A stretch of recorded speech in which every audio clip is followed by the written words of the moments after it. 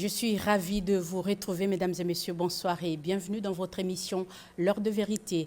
La 30e conférence des partis sur le climat, COP30, s'est ouverte le 6 novembre 2025 à Belém, au Brésil. Elle réunit jusqu'au 21 novembre des dirigeants du monde, des scientifiques, des organisations non gouvernementales et la société civile.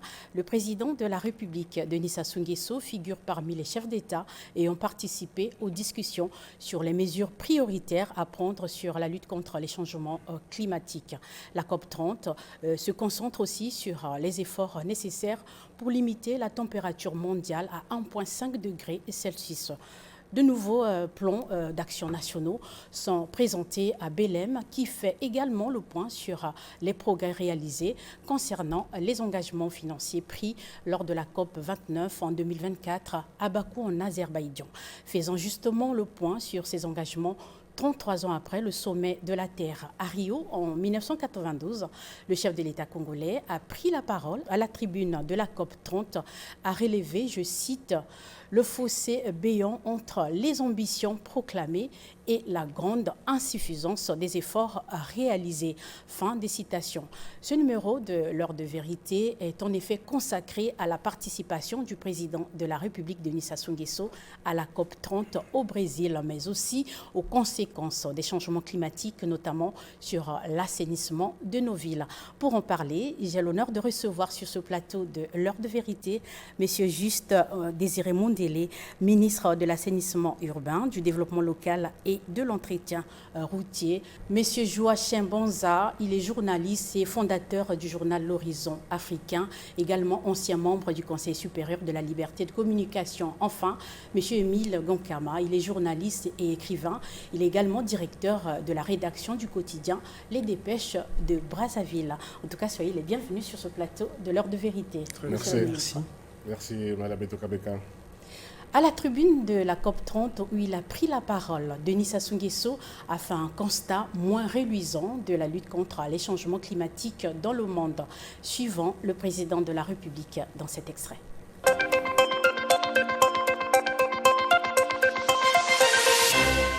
Je me dois de rappeler qu'en 1992, j'avais pris part à l'historique sommet de la Terre à Rio de Janeiro. Les principaux enjeux de cette rencontre portaient entre autres sur le développement durable et la lutte contre les changements climatiques. Nous y sommes. La préservation des forêts, des tourbières et des ressources en eau. La coopération et le financement en matière d'environnement. Et aujourd'hui, 10 ans après les accords de Paris de 2015, force est de relever le fossé béant entre les ambitions proclamées et la grande insuffisance des efforts réalisés, sinon la quasi-impuissance du monde entier face au dérèglement climatique. Plus que jamais, de Bakou en 2024 à Belém ici, aujourd'hui, en 2025,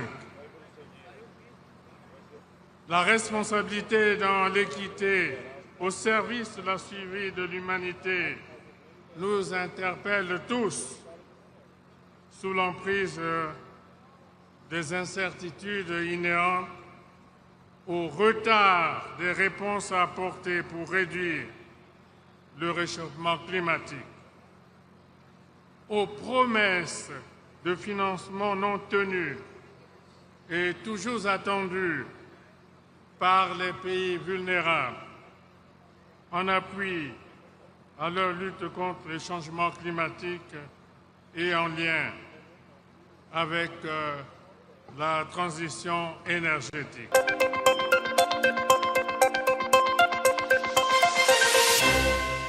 Alors, Monsieur le ministre, je vais commencer par vous. Comment réagissez-vous à ce constat très réaliste du président de la République? Un constat fort 33 ans après le sommet de la Terre de Rio. Ce sommet, comme vous le savez, historique, qui officialisait le concept de développement durable et qui aboutissait à la signature de la Convention cadre des Nations Unies sur le climat. Et selon Denis Sassou Nguesso, depuis cette date jusqu'à aujourd'hui, les efforts ne sont pas vraiment à relever parce que rien ne bouge en réalité sur le terrain.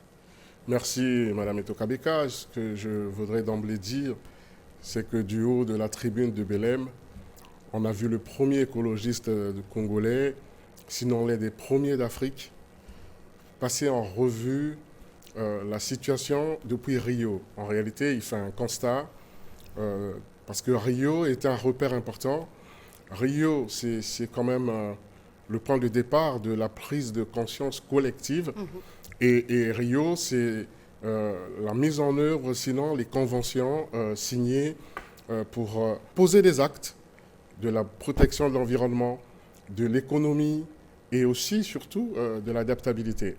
Alors, hasard du calendrier, coïncidence, le président a parlé le 6 novembre à la tribune de Belém. En effet. Et le 6 novembre, vous le savez très bien, que c'est marqué la 39e édition de la Journée nationale de l'arbre. Donc, on a là comme un alignement de planètes, c'est-à-dire que pendant que le président parlait à Belém, à Brazzaville, la 39e édition de la Journée de l'arbre se passait. Et donc, l'acte du reboisement se faisait. Alors, le président a tout simplement épinglé les obligations qui n'ont pas été remplies. Vous savez, il y a une notion de responsabilité commune pour la protection de la planète, mais en même temps, c'est une responsabilité différenciée. C'est-à-dire qu'il y a un côté des pollueurs, donc ceux qui ont passé le cap de l'industrialisation, les pays dits développés, mais qui ont bien pollué et continuent d'ailleurs à utiliser des énergies qui polluent et des industries qui polluent.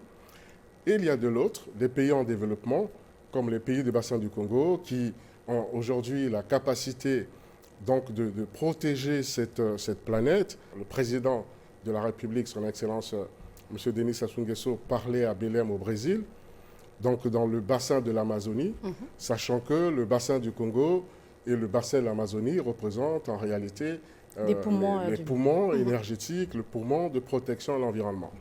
Donc, le président a passé en revue, il est parti de Rio, Rio plus 20, il a rappelé les obligations depuis un certain nombre de conférences climatiques, des conférences des partis, les accords de Paris, qui étaient aussi un repère important en ce qui concerne les obligations. Il fait un constat amer parce qu'il ne parle pas seulement au nom du Congo, il porte la voix de l'Afrique, parce qu'on l'oublie aussi qu'à Rio plus 20, il portait la voix de l'Afrique.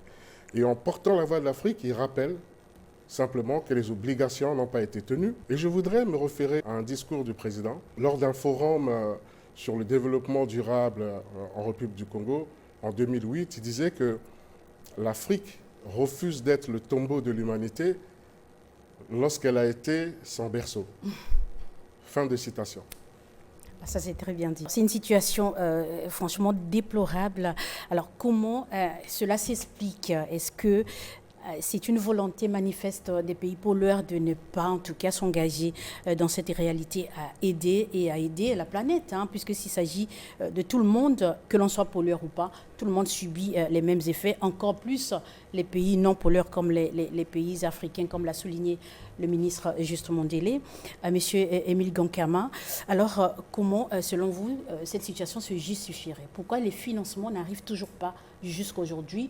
On parle de 33 ans après le lancement de cette initiative des COP. Voilà, je crois qu'il y a un intérêt tout particulier à suivre l'interpellation du président de la République, parce que justement, on peut débattre du fait qu'il y a d'un côté des pays et même des puissances qui sont septo-climatiques, pour qui le discours sur le climat ne compte pas. Mais je crois qu'il y a la majorité des États du monde a pris conscience du fait que c'est un débat réel, c'est une situation réelle, c'est une préoccupation réelle. Et l'intérêt justement des COP, l'intérêt pour les dirigeants d'être toujours présents depuis la première COP en 92, je pense, 92. Et jusqu'à la 30e, ça veut dire qu'on a intérêt à ce que le débat continue. Donc il ne faut pas se lasser d'interpeller les investisseurs, parce qu'il s'agit des questions qui engagent à la fois les intérêts de chaque pays, les intérêts des puissances, et même les débats idéologiques. Parce que entre ceux qui acceptent le climat, les positions du climat, et ceux qui pensent que c'est un débat qui n'a pas son sens, il y a cette bataille qu'il faut mener, qu'il ne faut pas se lasser de mener. Et quand le président de la République parle de Rio + 20, le ministre vient de le rappeler, il parlait au nom de l'Afrique à l'époque, hein, et il a continué à le faire, il interpelle parce qu'effectivement, les puissances devraient pouvoir donner ce qu'ils promettent. Et je crois qu'au fil des COP, chaque fois, il faut rappeler à ces engagements, tant que ça ne bougera pas beaucoup. On ne peut pas se lasser, il faut continuer d'interpeller, parce que la bataille consiste à mettre en avant la responsabilité de tous devant le péril qui guette l'humanité. Ce n'est pas seulement l'Afrique, ce n'est pas seulement le Congo. Et je pense que dans le cas du Congo d'ailleurs, si nous étions un tas de désert, un tas de sable, notre voix ne porterait pas. Or, nous avons des forêts, nous faisons partie du bassin du Congo, comme le Brésil, le bassin de l'Amazonie, et il y a le Bornéo-Mekong. Si on était un désert, notre voix ne porterait pas. Mais notre voix porte parce que nous avons de quoi proposer et nous avons intérêt à ce que l'on comprenne, à ce que notre message soit écouté par ceux qui polluent et qui pensent que nous ne devions plus toucher à notre bois, à nos forêts, parce qu'il faut les préserver pour l'humanité, mais il faut qu'ils fassent la part qui est la leur, qui leur est demandée depuis le premier sommet jusqu'à aujourd'hui. Et les prochains sommets se tiendront. Je crois que ceux qui défendent l'environnement continueront toujours de porter ce message auquel les peuples devaient faire attention. Georges Mbanja, justement, il s'agit donc de ces compensations très attendues par les pays non développés qui sont aujourd'hui interdits de toucher à la forêt, qui, à certains égards, fait vivre une catégorie de la population, mais la compensation ne vient pas pour pallier, en tout cas, cette situation. Alors, selon vous, en quoi elle se justifierait? Aller chercher les raisons qui justifie le manque d'engagement ou le peu d'engagement des pays industrialisés qui sont justement les grands pollueurs par rapport aux engagements qu'ils prennent, ce serait vraiment aller chercher une aiguille dans une botte de foin.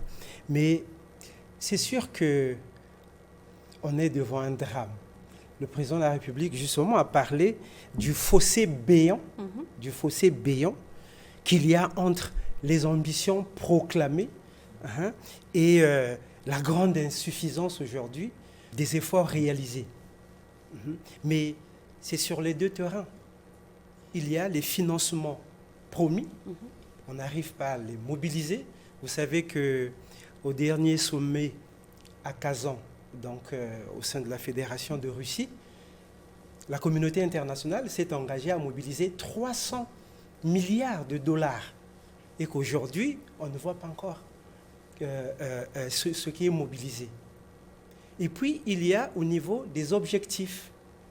Depuis l'accord de Paris, on a dit qu'il faut faire des efforts pour réduire les émissions de gaz à effet de serre. Et il y a des niveaux qui ont été établis. Tout à fait. Bon, on a dit qu'il ne faut pas aller au-delà de 2 degrés Celsius. Et même, il faut rester en dessous d'1,5 degré. Voilà. Mais aujourd'hui, c'est un drame. Le président brésilien parle même d'une tragédie présente. Vous savez que l'une des grandes puissances, les États-Unis d'Amérique, avec le président Trump, s'est retiré de l'accord de Paris. Totalement. C'est désengagé de l'accord de Paris. Et c'est vraiment un drame. Et de l'autre côté, aussi bien sur le plan des financements que dans l'atteinte de l'objectif de la réduction des gaz à effet de serre.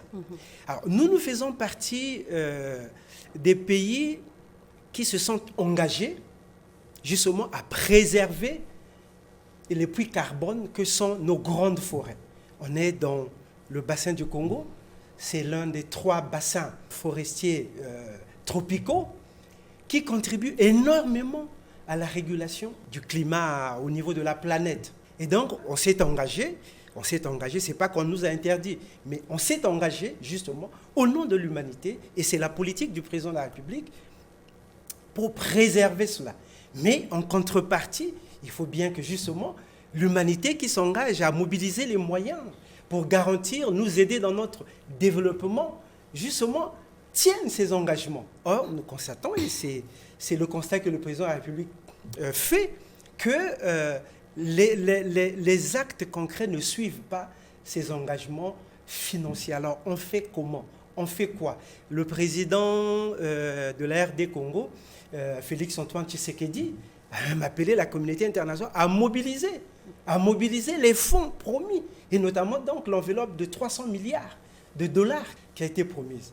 Donc, on en est là, et c'est là justement où les efforts qui sont demandés à travers les sommets, sur le plan concret, nous tenons nos engagements en tant que pays membre des bassins forestiers tropicaux pour préserver Tout à fait.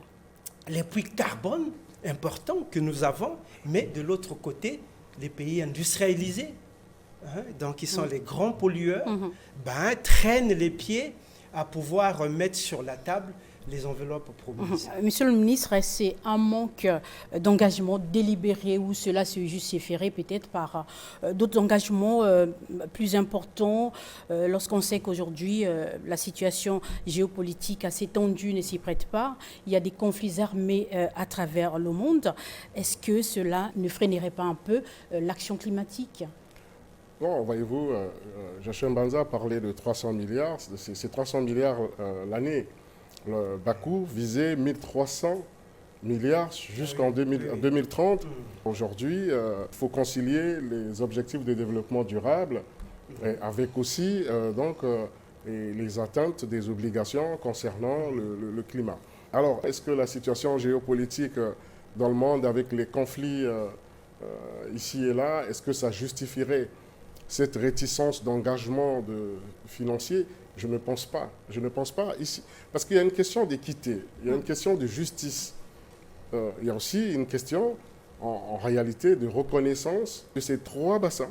Vous voyez, le président de la République a organisé ici à Brazzaville le sommet de ces 3 bassins forestiers et tropicaux, le bassin du Congo, le bassin de l'Amazonie et du Bornéo-Mékong. Peut-être qu'on n'avait pas bien perçu la démarche. Aujourd'hui, nous suivons tous Belém, on voit que c'est en Amazonie, et ma foi, peut-être que ça suscite plus d'intérêt en ce qui concerne même le Congo. Vous voyez, le président était précurseur, et aujourd'hui, il est attendu de la part des pays industrialisés qui ont passé la révolution industrielle en utilisant le charbon, en coupant les arbres, et qui aujourd'hui disent une chose, et presque un peu son contraire. Tout à fait. Laquelle? À un moment, on vous dit, attention, on a besoin de ces forêts, et il faut les préserver, les forêts du bassin du Congo, du bassin de l'Amazonie, du Bornéo-Mékong, on a besoin de ces forêts, mais pas seulement. On a besoin aussi de ces fleuves, et il faut les protéger pour l'humanité. C'est-à-dire que l'enfant qui naît en Australie, l'enfant qui vit aux États-Unis, puisqu'on parlait des climato-sceptiques, a besoin en réalité du bassin du Congo. Mais alors, en préservant le bassin du Congo, le président de la République l'a rappelé, 13,5% de notre superficie protégée. Ce n'est pas rien. Ce n'est pas rien. C'est-à-dire que 13% de la superficie, du point de vue économique, si cette superficie est exploitée, ça peut aussi contribuer au développement du Congo. Mais au détriment, certainement, aussi d'autres sphères, à travers donc la production et peut-être un niveau beaucoup plus élevé de réchauffement climatique, donc au-delà de 1 degré Celsius 5, comme cela est prévu. Donc, on ne peut pas justifier cet attentisme, cette espèce de désengagement de la part des pays industrialisés, des pays les plus riches, au motif qu'il y aurait des conflits dans le monde. D'ailleurs, cette géopolitique coûte cher. Ces crises coûtent cher. On voit ce qui se passe au niveau de l'Europe, du Proche-Orient et ailleurs, mais coûtent extrêmement cher. Je pense que le président Lula l'a même dit que la préservation de la planète coûterait beaucoup moins cher que tous les engagements militaires, tous les engagements de conflit aujourd'hui dans le monde. Donc nous avons une chance de vivre au Congo, de vivre au sein des bassins du Congo, et ce n'est pas tout, nous avons aussi une chance d'avoir un visionnaire. On ne le dira peut-être pas assez, nul n'est prophète chez soi, cela aussi est établi, mais lorsqu'on regarde toutes les initiatives du président de la République, depuis la journée nationale de l'arbre, dans les années 80, on remonte au sommet de Rio plus 20, on prend toutes les initiatives qu'il a eues au niveau du bassin du Congo. Oui, le Fonds bleu, oui. Du bassin du Congo. Il est aujourd'hui président de la commission du bassin du Congo, initiateur du Fonds bleu pour le bassin du Congo, et le président Lula qui emboîte le pas, qui quasiment propose le même instrument au niveau de cette COP30. Donc c'est dire que les obligations devraient être tenues, mais dans tous les cas, on ne peut pas être dans la fatalité. C'est ce que le président Denis Sassou Nguesso, qui dans toutes ses initiatives au niveau de l'Afrique, essaie de porter ce plaidoyer que on est mieux servi que par soi-même. Il est vrai que les pays industrialisés devront tenir leur engagement, mais cependant, devoir oblige aussi, c'est un nombre de devoirs, et donc il rassemble l'Afrique, et bientôt il y aura un autre sommet à Brazzaville, et il y a d'autres initiatives à Brazzaville, parce qu'en réalité, il porte cette diplomatie écologique. Il porte aussi cette économie écologique, cette économie qui aujourd'hui nécessiterait, d'ailleurs, il faut qu'on en parle, puisqu'on parle des ressources, il y a les PIB de nos pays qui sont dits très endettés. Alors qu'il y a un facteur naturel important qui pourrait impacter et augmenter notre produit intérieur brut, à savoir tout ce potentiel, d'ailleurs, je crois qu'il y a les C15 qui sont le groupe des pays, les C15, qui sont organisés autour et qui essayent donc de plaider avec certains partenaires financiers, voir comment évaluer ce potentiel naturel, des ressources naturelles, comment faire que ce potentiel soit effectivement évalué et surtout intégré dans le produit intérieur brut pour en effet relever aussi nos économies et baisser cette dette qui, il faut le dire aussi, en réalité, entre aussi plus ou moins dans le cadre de tout ce qui est quête de développement, et cette quête de développement un peu ralentie par les exigences écologiques qu'on a eu à prendre. Justement, Monsieur le ministre, puisque la situation est grave, le chef de l'État n'a pas manqué d'insister là-dessus. Les sommets se succèdent, les engagements également, mais les résultats sont manifestement insuffisants, selon le président de la République, Denis Sassou Nguesso, qui reste fortement engagé dans la lutte pour la protection de l'environnement. Telle est l'assurance qu'il a donnée aux participants à la COP 30.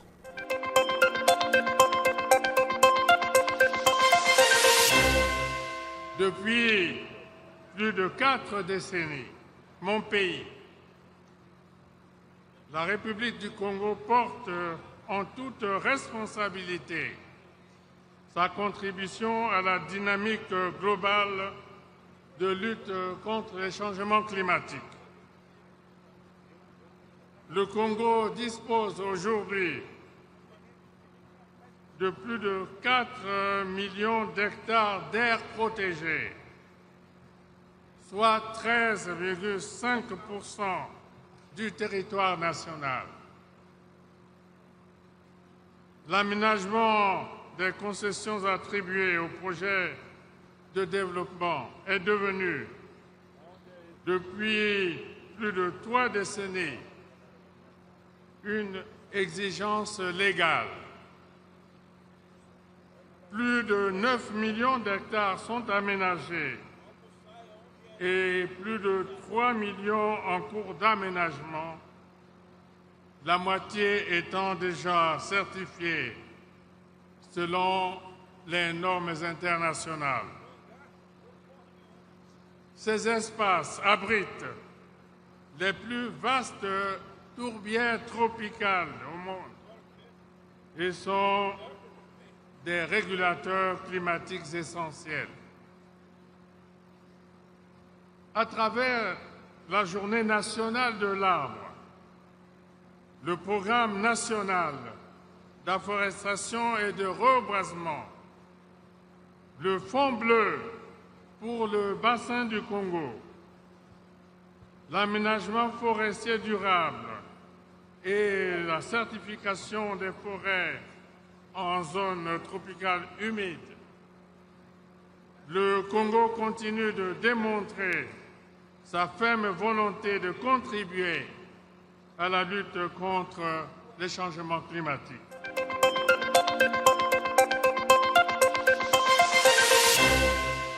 Georges Banza, on remarque que la volonté, cet engagement du président de la République ne souffre en tout cas d'aucune entorse, malgré cette attitude peu encourageante des pays pollueurs. Alors, pourquoi cette détermination du président de la République? Il faut dire que toute cette politique du président de la République dans la préservation de l'environnement, dans l'atteinte des objectifs de réduction des gaz à effet de serre, c'est couronné par pratiquement l'institutionnalisation d'une décennie mondiale, 2027-2036, pour le boisement et le reboisement. Donc, on peut dire que le monde entier a reconnu justement cette politique pertinente écologique menée par le président de la République du Congo déjà. Toujours dans les initiatives. Et si nous sommes au niveau planétaire, au niveau mondial, c'est une initiative qui part du Congo et nous pouvons remarquer que je crois que, je ne sais pas s'il y a beaucoup d'initiatives comme ça là qui partent d'Afrique pour rejaillir au plan mondial. Mais en tout cas, cette initiative du président de la République a été couronnée par la résolution des Nations Unies d'instituer justement une décennie de boisement et reboisement. Je crois que c'est très encourageant. Maintenant, on va dire justement par rapport aux grands pays pollueurs, je préfère les appeler comme ça là, puisque c'est les pays industrialisés qui, profitant de leurs industries pour leur développement et leur bien-être, évidemment, contribuent beaucoup à polluer la nature, en nous confinant dans le rôle d'être les gardiens de l'environnement. Mais malheureusement, ils se retiennent, même quand bien même ils s'engagent à donner la contrepartie financière. Dans les actions, cela ne suit pas. Et au contraire, la politique aujourd'hui que veut mettre en place le président américain Donald Trump, en disant que voilà, cette histoire de lutte contre le réchauffement climatique de la planète est une arnaque, je crois que c'est foncièrement à combattre. Parce que scientifiquement, ça ne s'explique pas. D'ailleurs, même en le disant, il a commencé par frustrer les scientifiques de son propre pays. Donc, au niveau de ces États industrialisés, je ne sais pas s'ils veulent tout simplement, comme on dit, nous voir jouer un rôle de relégation, malgré une politique dynamique telle qu'expérimentée au Congo, avec la journée nationale de l'arbre. Il y a très peu de pays d'ailleurs. Je ne sais pas combien de pays dans le monde le font. Mais depuis les années 80, que cette politique existe. Et pendant qu'on ne parlait même pas encore du dérèglement climatique. Mais pendant qu'on ne parlait même pas de ces enjeux écologiques, justement. Pendant qu'on ne parlait même pas encore de ces enjeux écologiques, il y a eu un président de la République, on va dire visionnaire, mais les faits le démontrent. Les faits le démontrent. Ce n'est pas une construction d'esprit, ce sont les faits qui parlent et qui nous disent que cet homme-là avait vu loin. Et c'est cela. Donc, on ne cessera jamais de le dire. Il faut bien que ces grands pays pollueurs passent quand même aussi à la caisse. Cela ne rejoint peut-être pas l'avis tout à l'heure d'Émile Gankama lorsqu'il parlait des climato-sceptiques. Ah oui. Peut-être que parmi ces climato-sceptiques où on sait qu'il y a Donald Trump, il y a peut-être l'effet domino qui essaie de toucher d'autres partis qui ne souhaitent pas engager et restent peut-être hypocrites dans leurs engagements au niveau public en prenant la parole devant les nations à l'occasion de ces conférences, Émile Gankama. Oui, mais pour ce qui concerne, pour revenir un peu à ce qui concerne le président de la République, bien sûr, c'est un peu dans l'ADN de cette politique engagée sur le climat en 1984, lorsqu'on a institué la journée de l'arbre. Et on se rend compte aujourd'hui avec la politique de coercition, en quelque sorte, des grands pays. Donc on ne sera pas surpris qu'aujourd'hui on parle beaucoup de terres rares. On n'est pas surpris qu'on vienne chez vous pour vous dire, vous tendre le bras pour dire signez pour que je récupère des terres rares. C'est-à-dire qu'on est dans une situation où On vient, on vous plonge la tête dans l'eau, on la maintient, vous devez quand même vous débattre pour vous en sortir. Donc ce que nous faisons, ce que les pays qu'on dit en développement font, c'est de résister en fait, c'est de crier. Et il faut compter sur la symbiose, sur le partage des responsabilités entre les bassins, notamment l'initiative brésilienne qui rejoint celle du Congo. Il faut, je crois, compter sur le fait de se distribuer des rôles et de parler à haute voix d'ailleurs. En 2018, le président a été invité à participer à la conférence des chefs d'État de la commission climat de la région du Sahel. Il a porté le même message de ce que les engagements ne sont pas toujours tenus. Mais même si les engagements ne sont pas tenus, l'essentiel c'est de toujours continuer à se battre, de montrer qu'on doit défendre ce qui nous revient et ne pas faire en sorte que les grands pays prennent les devants en tout et pour tout. C'est-à-dire qu'il s'agit d'un combat de longue haleine. Il se tiendra l'année prochaine la COP 31, l'année suivante la COP 32, mais je crois que les mêmes engagements seront pris, mais les mêmes demandes pour que les pays participent à l'effort de lutte contre le réchauffement climatique sera toujours de mise. Donc, quel serait alors dans ce cas le rôle des Nations Unies, appelées à se positionner comme gendarmes du monde sur toutes ces questions, puisque l'initiative est portée par les Nations Unies? Mais justement, au fil des COP, ce sont les Nations Unies qui portent ce combat-là. Donc même si aujourd'hui les Nations Unies plus ou moins affaiblies par le désengagement des grandes puissances, parce que si vous avez un pays comme les États-Unis qui contribue énormément à la pollution, mais aussi au financement des initiatives, si un pays comme ça s'est retiré, l'essentiel c'est que les Nations Unies continuent de porter le message, continuent d'organiser les COP. Et ce sont des tribunes au cours desquelles le message est transmis dans un cadre approprié de discussion. Donc il ne faut pas se lasser de tenir des COP et de porter toujours ce message-là pour l'intérêt de la planète. Peut-être penser aux sanctions, Monsieur le ministre, non? Bon, qui devrait porter les sanctions? Voyez-vous déjà, en ce qui concerne les politiques internationales, c'est toute la problématique de la réforme des Nations Unies, puisque les sanctions, il y a certaines puissances qui détiennent le droit de veto. Donc, il est difficile de parler de sanctions. L'idée ici, c'est vraiment la responsabilité, la conscience collective, la conscience mondiale, parce qu'il s'agit de la survie de l'humanité.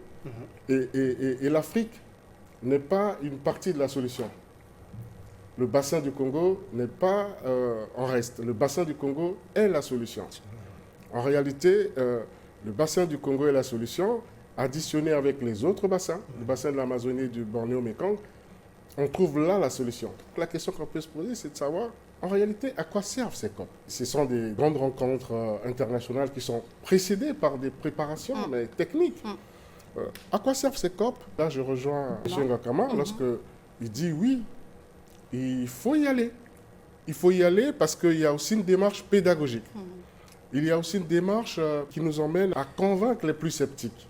C'est vrai que les scientifiques ont fait leur travail, mais aujourd'hui, il est indéniable, même les plus climato-sceptiques reconnaissent quelque part qu'il faille préserver les équilibres, préserver la planète, puisqu'elle est véritablement en danger. Aujourd'hui, il y a des instruments qui permettent de mesurer, de quantifier, de qualifier tous les paramètres, que ce soit les paramètres au niveau de l'air, des océans, des eaux, et on a toutes ces catastrophes naturelles qu'on ne connaissait pas. Justement, vous êtes en charge de l'assainissement urbain, donc la voie la plus autorisée à pouvoir comprendre ces situations.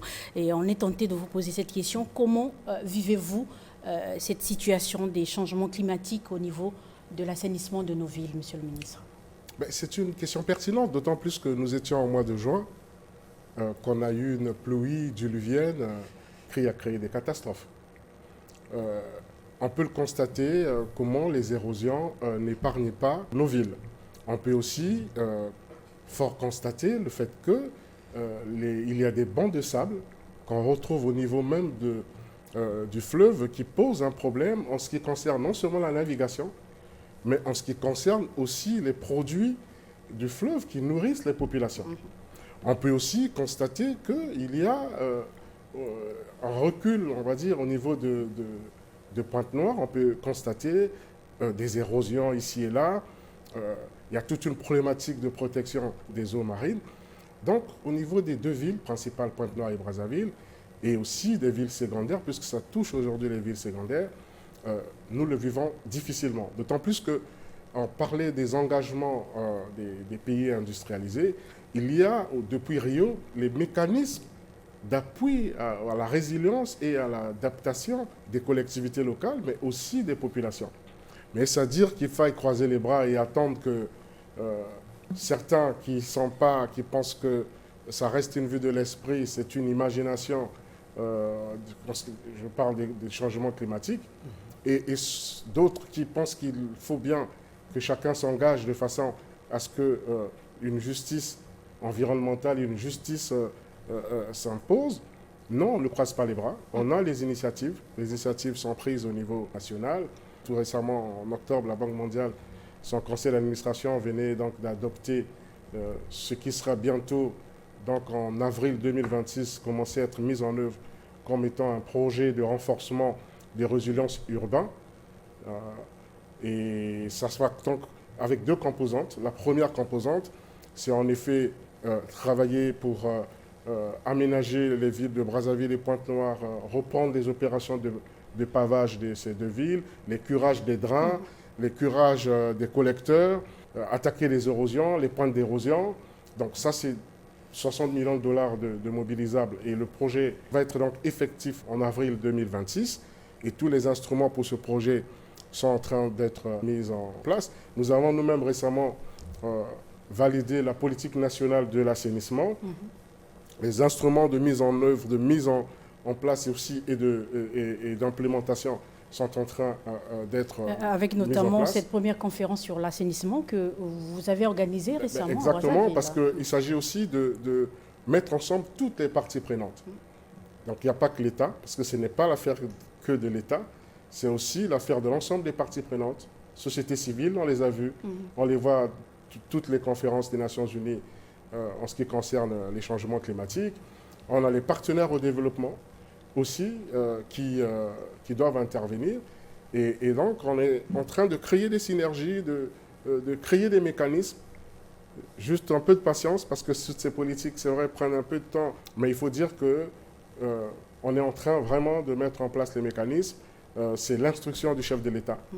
Il faut créer des conditions pour que les deux villes, Brazzaville, Pointe-Noire, soient des villes vertes, j'insiste, parce que l'un des mécanismes contre les érosions, c'est ce qu'on a tous fait comme beau geste le 6 novembre. Et le président veille scrupuleusement à ce que les politiques d'assainissement soient véritablement des politiques réalisables et des politiques ambitieuses pour aider les populations. Parce que c'est des tragédies lorsqu'on voit des familles se retrouver après des pluies diluviennes sans abri, lorsqu'on voit aujourd'hui des familles qui se sont installées et sont sous la menace de voir leur maison être emportée par les érosions. Et donc, c'est toutes ces questions, c'est toutes ces problématiques que nous portons, et cela au niveau du gouvernement et aussi au niveau avec tous les collègues qui sont en charge des questions économiques, des questions de l'environnement, des questions de plan, de l'urbanisme, parce que c'est un tout en réalité, et ce tout est en train d'être mis en œuvre. Oui, parlant justement de l'assainissement, Monsieur le ministre, également un volet salubrité, insalubrité. On a remarqué aussi que ça ne s'accélère pas assez, malgré le fait que le gouvernement essaie de nouer des partenariats avec l'entité privée pour essayer de le soutenir dans cette démarche. Où est-ce qu'on en est aujourd'hui avec cette situation de l'insalubrité de nos villes, Brazzaville et Pointe-Noire principalement? Alors, on peut constater une nette amélioration et se poser la question parfois pourquoi il y a ce yo-yo plus ou moins qui revient alors qu'on est arrivé après cette situation très triste qu'on a connue avec la fin du contrat à Verda, où les belles Brazzaville et Pointe-Noire se sont retrouvées quasiment jonchées d'immondices. On a traversé ce cap, on a un partenaire et on a bien vu comment les villes, on a des amis qui viennent, qui sont passés et qui passent et qui compare aussi avec d'autres villes et qui voit comment Brazzaville et Pointe-Noire étaient redevenues et sinon redeviennent des villes propres. La question qui est posée aujourd'hui, la problématique, elle est aussi économique. Voyez-vous, les précollecteurs qu'on voit avec des chariots, des tricycles, avec des ordures, passent dans les ménages payent. Nous avons mené une enquête, parfois les ménages vont jusqu'à payer 5 000 francs CFA. Ça dépend de la taille du ménage, mais les ménages payent. Sauf que les ménages payent à des personnes qui ne sont pas spécialistes, qui prennent les ordures chez l'usager, sinon au niveau du ménage, et qu'est-ce qu'ils en font? Ils transforment les rues de nouveau d'espaces d'entreposage de détritus et de déchets. Quand ce n'est pas les rues et les artères, donc les grandes artères, ce sont même les collecteurs qui sont bouchés. Et donc, on est face à cette situation. Et là, monsieur le ministre, il y aurait naturellement un relais de la part de l'organe qui s'occupe de la récolte de ces débris et de ces... Alors, le relais se ferait si, déjà, ceux qui font la précollecte allaient directement dans les aires dédiées parce que ces personnes savent où se trouvent les aires dédiées. Okay. Alors que il est impensable de voir qu'une avenue, une artère est nettoyée à 5 h du matin, à 6 h du matin, parfois de nuit, et vous repassez à 7 h du matin, les mêmes ordures reviennent. Donc, mais ce n'est pas la seule raison non plus. C'est-à-dire qu'il y a quand même, il faut le dire, il y a la responsabilité aussi du citoyen. Je parlais des frais que l'usager pouvait donner à une personne non spécialisée.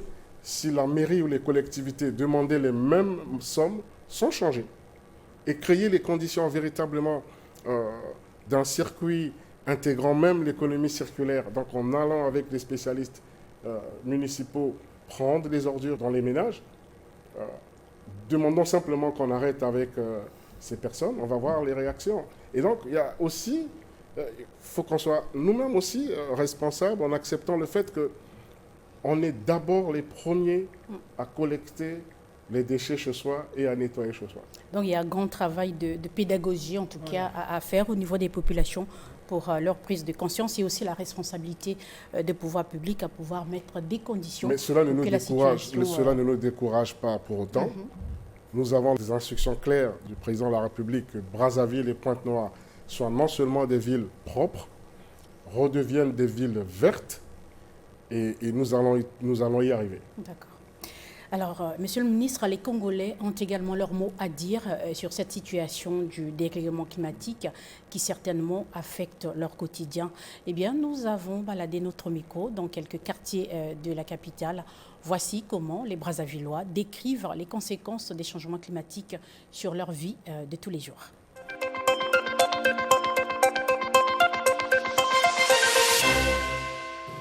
Le changement climatique, nous le vivons très mal. Là, je ressors de l'intérieur, nous n'avons pas de pluie, alors qu'en temps normal, depuis octobre, il devait y avoir des pluies. Chez nous, généralement, il fait froid.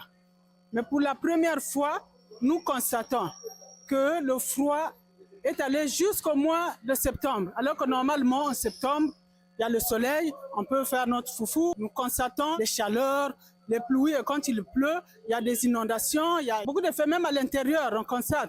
Il y a par exemple des chenilles.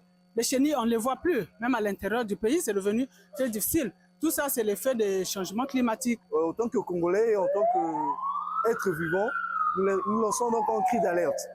Parce que ceux qui sont des principaux destructeurs, s'il faut le dire, de cette planète, et ceux qui polluent cette planète, c'est bel et bien des pays développés.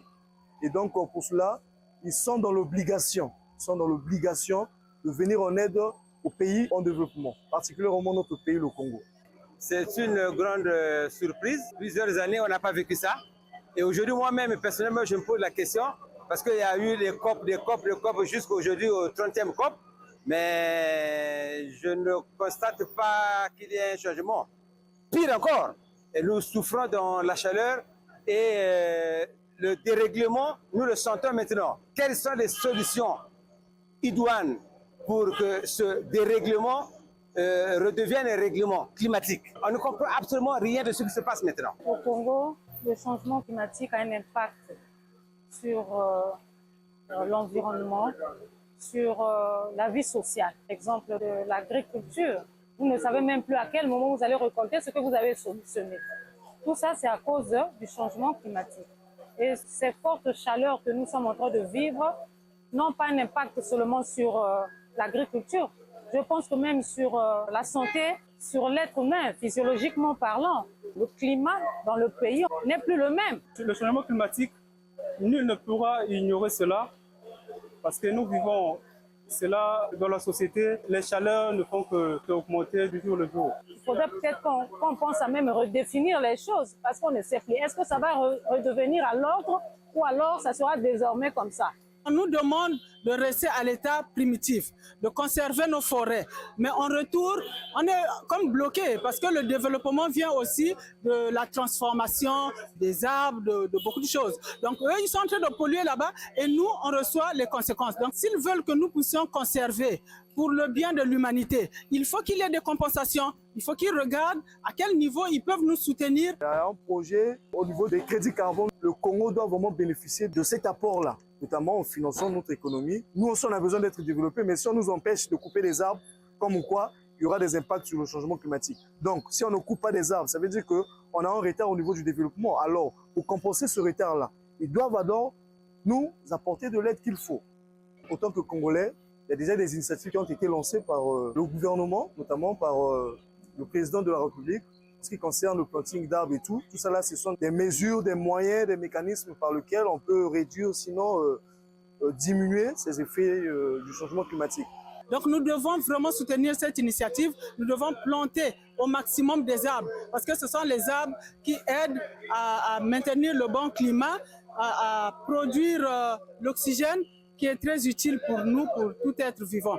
Si dès maintenant on ne commence pas à reboiser, à réduire un peu ces effets nocifs dus aux gaz à effet de serre, à nos mauvaises pratiques, ben, sur le long terme, justement, la jeunesse va en pâtir. Et c'est pour ça, justement, que le reboisement peut être l'une des solutions majeures à ce problème-là. De ces assises-là, je m'attends à ce que les décisions qui seront prises là-bas puissent être profitables pour toutes les populations des pays qui participent à cette COP.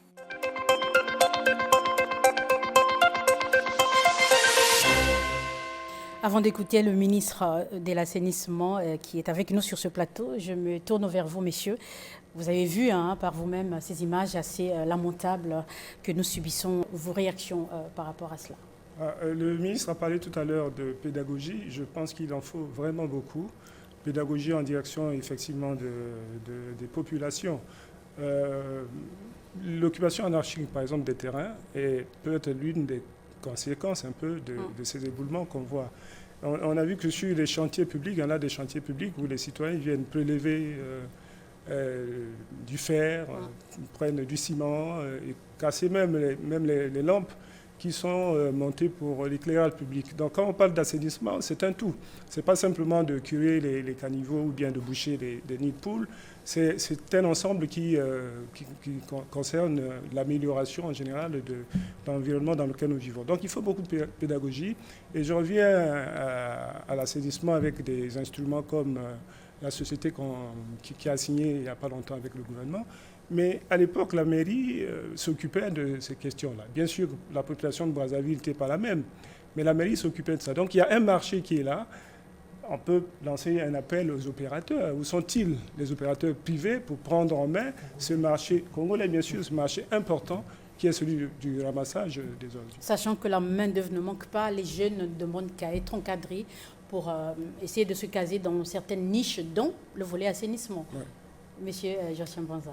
Je vous félicite pour la caméra trottoir que vous avez faite. Ça démontre que ces enjeux écologiques sont connus des citoyens congolais. Le niveau d'analyse est vraiment très intéressant. Mais je voulais ajouter un aspect. Vous savez, dans ces enjeux de réduction des gaz à effet de serre, il y a l'enjeu consistant à pouvoir réussir la transition des énergies fossiles aux énergies renouvelables. Et là, je crois que c'est le moment de féliciter le gouvernement de la République, évidemment sous l'impulsion du président de la République, qui a donné à l'opérateur pétrolier national, qui a élargi sa vocation. Et aujourd'hui, la SNPC, voilà, oui, n'a plus que comme vocation de s'occuper du pétrole, mais aujourd'hui son action va intégrer les énergies renouvelables. Et donc, ça montre la constance de la politique du président de la République de pouvoir réaliser tous les enjeux liés justement à la préservation de notre environnement. Justement, sur cette prise en main des énergies renouvelables, l'appui peut être pris également dans cette volonté du président de la République du centre d'excellence d'Oyo, monsieur le ministre. Écoutez, avant le centre d'excellence d'Oyo, le président avait déjà initié un projet de fabrique de panneaux solaires en République du Congo, Copassal. Donc, ça a été dit ici, on va le répéter, nous avons à la tête de notre pays un visionnaire. Et vous savez, les visionnaires ne sont pas toujours compris. Et souvent, c'est les faits, puisque les faits, la redondance des faits rend les faits têtus. Et souvent, ce sont les faits qui finissent en réalité par faire que même les plus réservés finissent par accepter que oui, on a eu beaucoup de chance. La transition écologique, la transition énergétique passe inéluctablement vers des changements de paradigme. Aujourd'hui, à Oyo, l'école de formation, en ce qui concerne donc la prise en charge, la prise en compte, l'enseignement sur les énergies renouvelables. On a parlé de la Société nationale des pétroles du Congo qui vient de faire sa mue au niveau de ces textes pour aussi intégrer ce processus, pour devenir un véritable opérateur au niveau mondial, pas seulement au niveau du Congo. Mais il y a aussi l'approche de l'agriculture. Nous, on n'est pas dans une démarche d'irrigation parce qu'on a des eaux souterraines, on a des eaux de surface et on a une hydrographie abondante, mais il faut canaliser cette hydrographie. Il faut aussi en faire un atout pour l'électrification des zones rurales, puisque aujourd'hui on est en train de réinvestir pour améliorer la desserte en électricité au niveau des populations. Donc c'est véritablement des démarches qui sont portées par le gouvernement, mais portées depuis les réformes économiques. C'est-à-dire que le Congo est passé par un accord avec le Fonds monétaire international. C'est 6 revues avec le FMI, l'occasion pour nous aujourd'hui de saluer cette résilience aussi des populations congolaises, cette résilience économique et sociale, mais qui est aussi environnementale, puisque votre micro-trottoir vient de montrer les dégâts de ce dérèglement. On aimerait bien réguler comme l'a souhaité un des intervenants, mais malheureusement, la régulation passe naturellement par tous ces apports aussi de la part des pollueurs et toutes ces politiques qui sont menées, des politiques locales qui nous permettent aujourd'hui d'avoir des villes résilientes. Exactement. C'est important d'avoir des villes résilientes et aussi de permettre à ce que les économies soient adaptées à la donne environnementale aujourd'hui, quand on parle de l'économie circulaire, de l'économie bleue, de l'économie verte, en réalité, qu'on aille vers ces nouvelles approches qui sont ces nouveaux paradigmes. Parlant justement des villes résilientes, monsieur le ministre, comment, d'après vous, nos villes devaient en fait développer leur capacité de résilience, la résilience surtout de leurs infrastructures, puisqu'il s'agit de là où passent des dégâts généralement. Dans le quotidien des populations, qu'est-ce qui doit être fait de manière, on va dire, habituelle ou naturelle pour que finalement la situation soit un peu atténuée?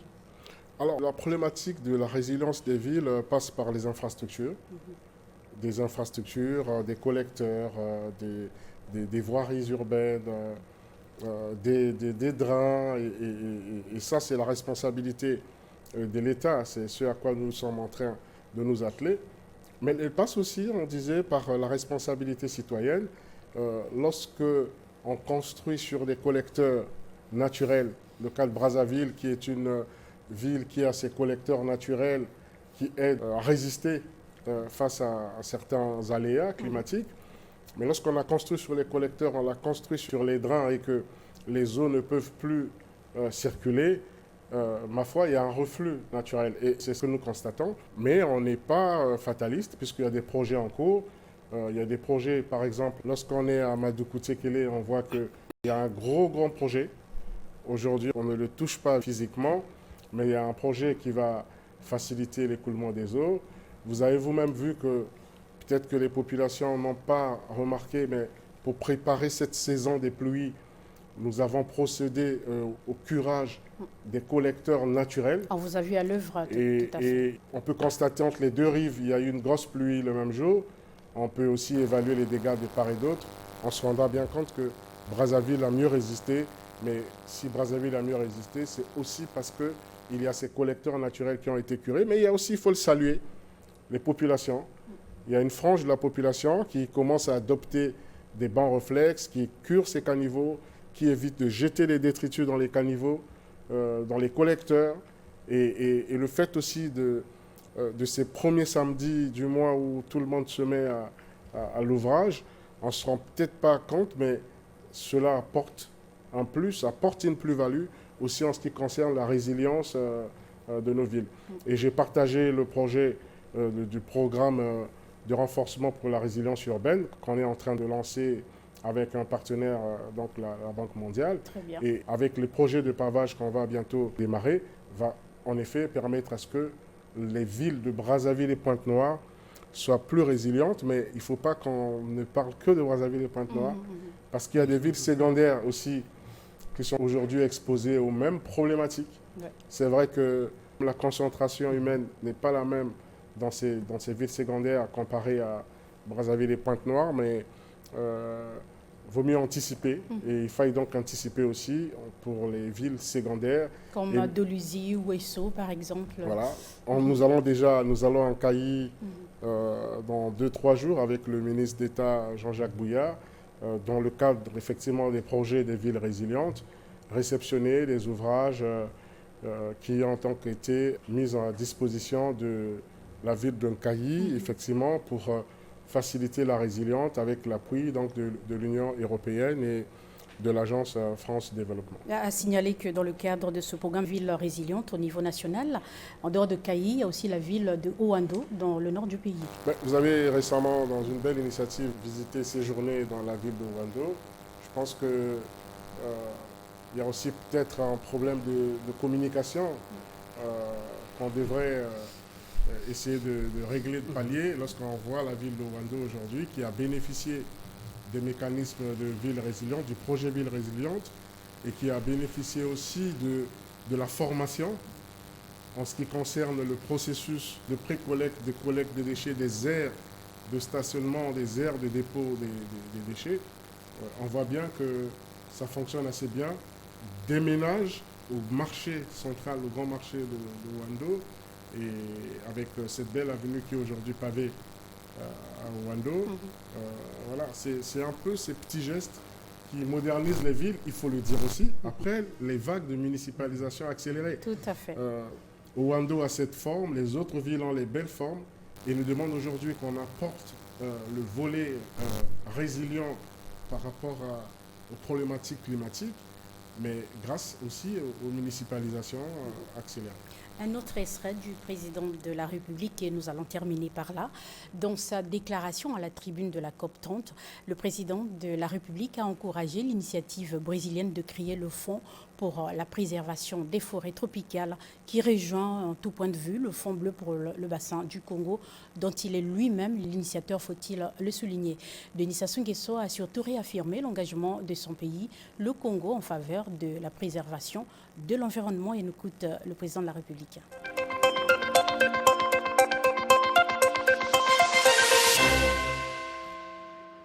L'Assemblée générale des Nations unies a proclamé la décennie 2027-2036 des Nations unies pour le boisement et le reboisement dans le cadre d'une gestion durable des forêts. C'est pourquoi j'encourage l'initiative du Brésil de créer le Fonds pour la préservation des forêts tropicales face à la crise de la déforestation tropicale. Cette initiative, qui rejoint celle de la Commission climat du bassin du Congo, avec son instrument financier, le Fonds bleu pour le bassin du Congo, est d'autant plus louable qu'elle se met également au service des peuples autochtones et des communautés locales qui sont les premiers gardiens des écosystèmes les plus riches en biodiversité du monde. À propos,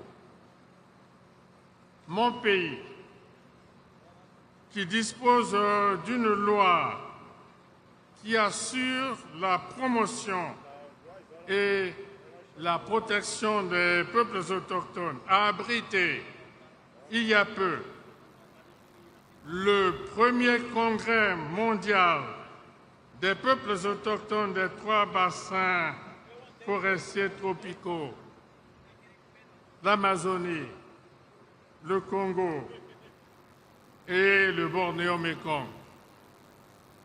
Je demande à la COP 30 de prendre en compte les conclusions de ce congrès contenues dans un document appelé Déclaration de Brazzaville. Une mise en œuvre en synergie de toutes ces initiatives ne pourra avoir que d'heureux effets pour le bien de l'humanité. Enfin, je tiens à réaffirmer l'engagement solennel de mon pays en faveur d'une gouvernance forestière fondée sur les principes de durabilité, de souveraineté écologique et de solidarité intergénérationnelle.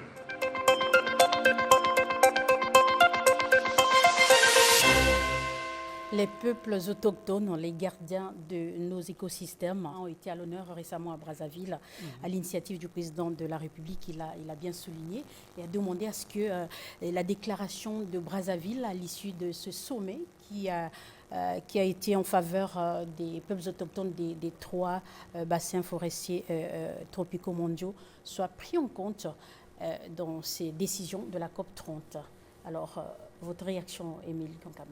D'où l'intérêt effectivement de ce que tous les apports concernant ce que fait le Congo soient mieux communiqués à l'international.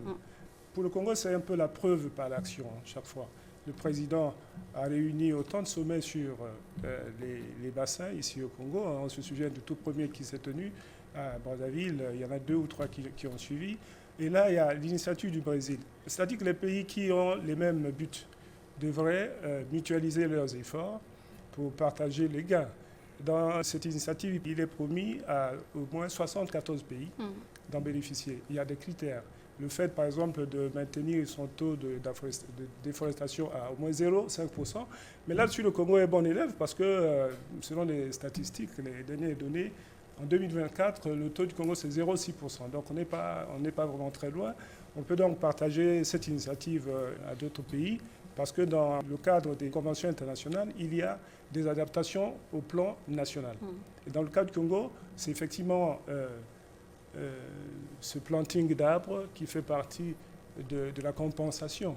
Parce qu'il y a, lorsque vous construisez une route, nécessairement, vous empiétez un peu à la forêt naturelle. Mais c'est fait pour développer les zones rurales qui ont besoin d'être désenclavées. C'est fait pour l'agriculture, c'est fait pour les mines, par exemple. Mais en même temps, le fait de planter tous les jours, de reboiser, faire en sorte que, dans le cas du Congo, ça fait vraiment bon élève. Joachim Bonza, votre avis? Merci bien. Mais vous voyez bien que ce que je disais tout à l'heure, des exemples qui partent du Congo.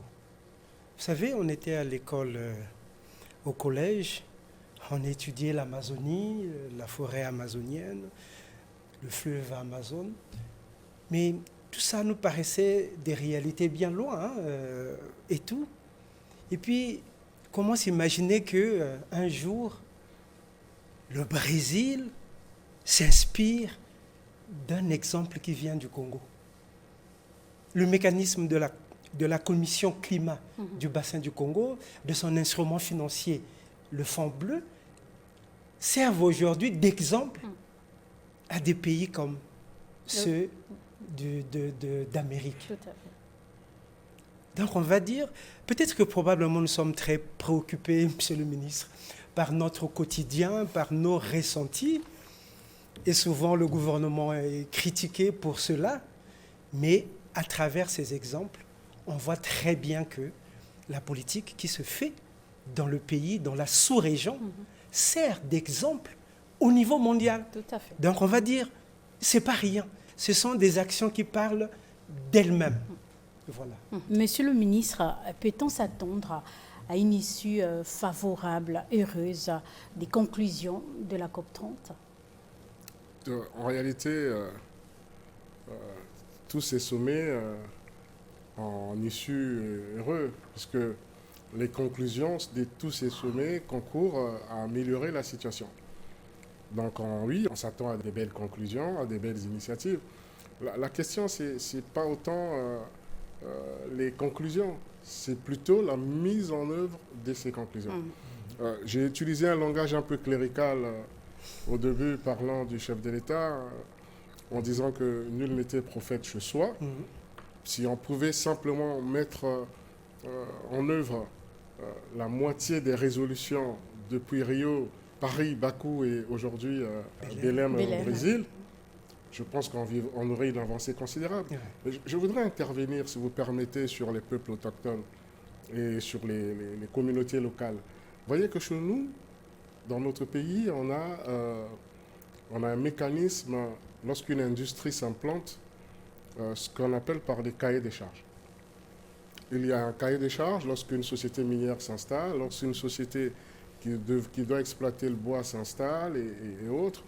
On a ce cahier des charges qui permet aux communautés d'intervenir aussi dans l'exploitation ou dans le développement semi-industriel du projet. Et on a aussi la responsabilité sociétale des entreprises. Exactement. Je pense qu'il faut en parler aussi parce que les RSE ne doivent pas être un bâtiment qu'on met de la peinture et puis... parce que ces RSE, c'est dans la loi congolaise aussi pour apporter un bien-être aux populations locales. Tout à fait. Bon. C'est bien qu'on voit des belles initiatives des RSE venant de notre propre pays avec ce que fait la SNPC à travers sa fondation. C'est un bel exemple que d'autres entreprises pétrolières, d'autres entreprises qui sont dans les mines, qui sont aussi, pas seulement, mais même qui sont dans des services, mais dans le cadre de leur RSE, on aimerait bien que les communautés locales, ça peut être en ce qui concerne les routes, les pistes, les hôpitaux, la santé, l'éducation. On aimerait bien aussi que ces communautés locales arrivent à tirer profit de ces RSE et qui ne doivent pas seulement être des démarches pour inscrire dans le bilan de l'entreprise en fin d'année que cette case RSE a été remplie. Nous tendons vers la fin, sinon on a terminé notre entretien. Je vais laisser quelques instants à chacun de dire son mot de conclusion, en commençant par vous, M. Joachim Banza. Merci bien, j'étais heureux de participer à ce débat sur un thème qui constitue un enjeu pour l'humanité. Et tout à fait aussi heureux de découvrir que le Congo joue un rôle important, très important au niveau justement de ces enjeux écologiques, notamment la préservation de l'environnement et puis la réduction des émissions de gaz à effet de serre. Donc je crois que le Congo est dans une bonne trajectoire. Il reste un peu, comme on l'a dit ici, de pouvoir tonifier la communication sur cette politique écologique pour que son écho vraiment soit planétaire. Merci. Émile Gankama. Et voilà, donc l'enjeu de ce débat a été très important. Et puis l'actualité, l'intérêt de la problématique se passe de commentaires. Pour le cas du Congo, bien évidemment, nous avons parlé de l'exemple qui n'arrête d'inspirer au-delà de nos frontières. Je crois qu'il faut appuyer le fait que les pouvoirs publics, et notamment le président de la République, a fait de la lutte contre le changement climatique un des axes majeurs de sa politique, et conscientiser le citoyen pour qu'il participe à l'effort collectif. Et ça se fait déjà, puisque le 6 novembre, c'est tous les Congolais presque qui plantent un arbre. Et je crois que c'est une bonne politique, mais il faut continuer à porter le message dans les enceintes internationales pour que la mobilisation soit effective et pour que ceux qui sont appelés à débloquer des fonds existent. Effectivement, il faut aller les chercher. Des organismes comme le PNUD peuvent aider à ça. Donc il faut que cette politique, au niveau national, soit portée par et les pouvoirs publics, et les ONG, et le citoyen. Ça va impacter positivement sur l'action contre le changement climatique. Monsieur le ministre, on va terminer par vous. Madame Etokabeka, je voudrais d'abord vous remercier de m'avoir invité et saluer aussi mes co-débatteurs. Je pense que le sujet est tellement important que je suis satisfait d'avoir donc pu apporter ma modeste contribution à nos échanges. Je voudrais à la fin dire une chose, dire que la diplomatie congolaise est une diplomatie importante en ce qui concerne ce mouvement climatique, en ce qui concerne toutes les initiatives pour tant soit peu atténuer les impacts du changement climatique sur les populations et aussi préserver, comme l'a su le dire le président de la République, notre cadre de vie pour le transmettre aux générations futures. Je pense que nous venons ici de noter et de constater que nous avons à la tête du pays un grand diplomate, un précurseur, un visionnaire en ce qui concerne les enjeux climatiques. La corrélation qui est aujourd'hui faite entre le fonds bleu pour le bassin du Congo et aujourd'hui le fonds proposé à Belém par le président Lula, les deux fonds qui en réalité visent à préserver deux bassins.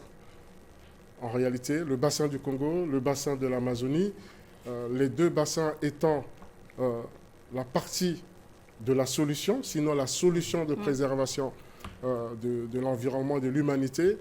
Nous retenons aussi que cette notion d'intergénérationnel qu'a souligné le chef de l'État, oui, nous avons hérité d'une belle planète.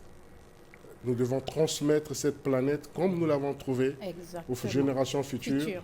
On ne peut pas être dans une démarche d'apocalypse qu'après nous, le déluge. Je vous remercie. On ne veut pas être dans cette démarche qu'après nous, le déluge. Voilà qui met donc un terme à ce plateau de l'émission L'heure de vérité, spéciale COP30, avec la participation remarquable du président de la République, Denis Sassou Nguesso. Des discussions se poursuivent au Brésil jusqu'au 21 novembre pour enfin déterminer l'issue de ce grand rendez-vous climatique de Belém. Nous étions avec le ministre Juste Désiré Mundele en charge de l'assainissement urbain, Joachim Banza de l'horizon africain et Émile Gankama des dépêches de Brazzaville. Merci à la supervision de André Ondélé des Télé Congo et à la collaboration de l'ensemble de l'équipe de l'émission L'heure de vérité en régie et en studio. Merci et à très bientôt.